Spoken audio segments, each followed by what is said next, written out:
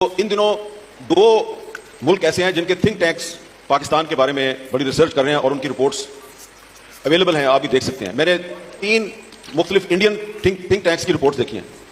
Indian think tanks یہ کہہ رہے ہیں کہ خدا نہ خواستہ پاکستان 2030 تک قائم نہیں رہے گا، ٹوٹ جائے گا.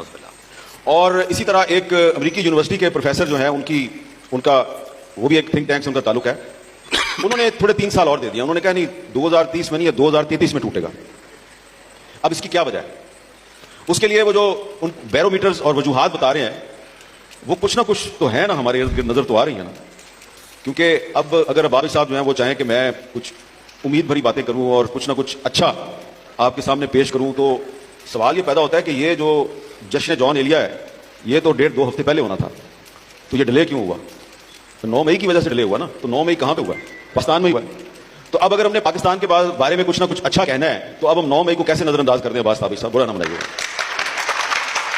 لیکن یہ ہے کہ اس میں سے بھی آپ کچھ نہ کچھ پازیٹیو نکال سکتے ہیں. اب وہ یہاں پہ ریلیونٹ ہو گیا آپ کا کوشچن کہ 9 مئی کو جو کچھ ہوا ہے یہ دراصل ہمارے کچھ جو طاقتور لوگ ہیں ان کی جو اپنی ایک جمہوریت کے خلاف سازشیں اور ان کے جو غیر آئینی اقدامات تھے اور ان کی جو منصوبہ بندیاں تھیں، یہ اس کا ایک حتمی نتیجہ 9 مئی کے واقعات کی صورت میں سامنے آیا.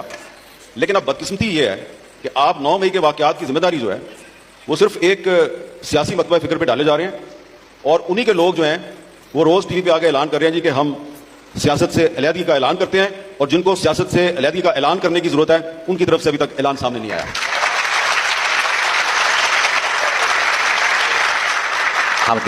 تو یہ ہے سارے مسئلے کی وجہ کہ